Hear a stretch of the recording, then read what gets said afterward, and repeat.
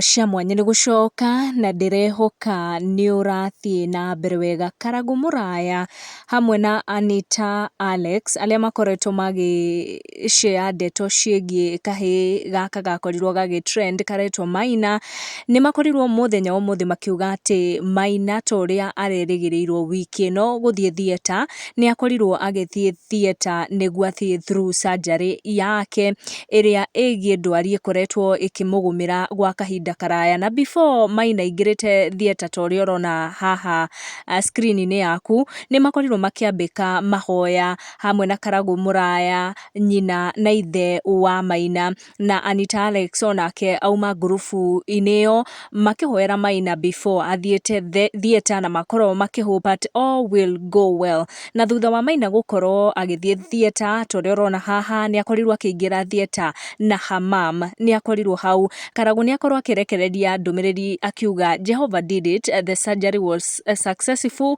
glory be to God. Koguo nĩ kũronekana atĩ surgery ya Maina nĩ yathiĩ wega ota ũrĩa kũratanyĩtwo, na Maina also nĩ arerĩgĩrĩire gũkorwo akĩrorio kũrĩa India nĩguo akorwo akĩamũkĩra ũrigiti makĩria.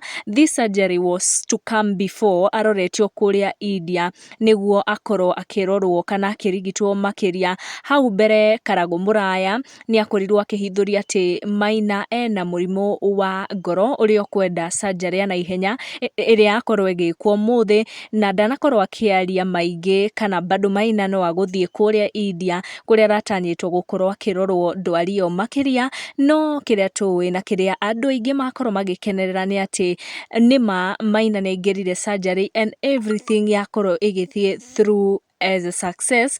Nĩ tũgũkorwo tũgĩkũnengereria ndeto makĩria, nĩ tũrathiĩ na mbere kwenderia Maina ũhoni wa naihenya, tũgũkinyia ndeto icio hau. Make sure nĩ wa subscribe, tũcemanie in our next video.